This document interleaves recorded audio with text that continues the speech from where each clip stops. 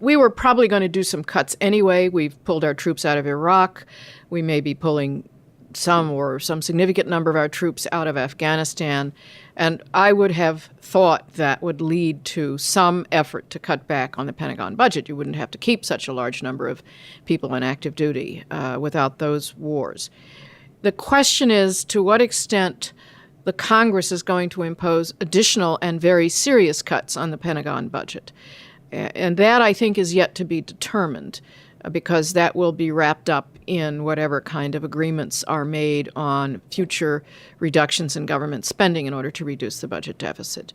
I would think that the conversation about one war and one effort to spoil activities of another potential combatant is the very beginning of a conversation, and we're going to have a lot of conversations over the coming years.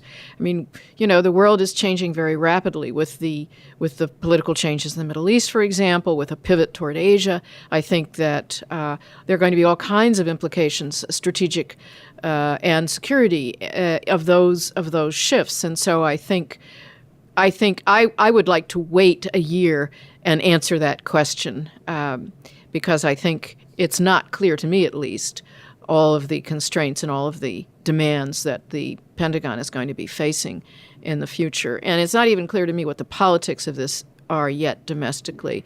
On the one hand, the Congress is saying cut, cut, cut. On the other hand, I think at some point the Congress, and I mean this in a bipartisan sense, will say, don't cut anymore, you're affecting our security. Well, let me turn to you, Anthony Clark Arend. How do you see domestic politics affecting this decision, particularly in an election year? We were facing major financial constraints. The Republicans in particular are saying we need to cut, cut, cut. At the same time, they're always championing national security, so that means they may not want to see these kinds of cuts. What kind of battle do you see ahead? Well, I do see the potential for a fairly serious battle. I want to make one observation in advance, and that is I think if anybody can execute these kinds of cuts in an orderly fashion, it's Leon Panetta. I actually have a lot of confidence in his ability to be able to do this. The Secretary of Defense. Exactly. He's the consummate Washington insider, and that's something that frequently gets criticized, but I think it's absolutely necessary here. Someone who can work with Congress, who can do the necessary horse trading that needs to take place. I think by all accounts he did a brilliant job at the Central Intelligence Agency at a time when its credibility had really been strained.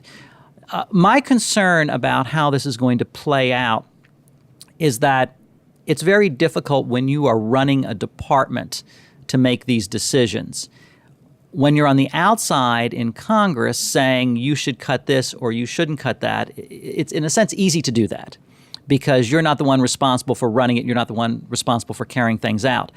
My major fear is that what we're going to see happening is the administration putting together a reasonable plan to make cuts, and hopefully cuts based on a coherent discussion of strategy. Carol pointed something very important when we're altering our conception of war fighting, whether we're not going to fight two wars, whether we're going to fight one war and then be able to deny other activities, the role of new technology and how that figures when we think about the use of drones, when we think about cyber issues, how that affects it. So we need to come up with a new strategy that's going to be part of the process. But back to what really concerns me. What really concerns me is that Congress is going to say, you can't cut here. You can't cut this program. You can't do that. You, the administration, need to cut other areas. You need to cut education. You need to cut the EPA. You need to cut various other welfare programs that the United States has established, and don't cut defense. So my fear is that Congress isn't going to be willing to engage in a debate, in a reasonable negotiation on the hard issues, but is just going to lay down, if you will, the gauntlet toward the White House, and the White House is going to have to figure out how to manage that. That's my concern.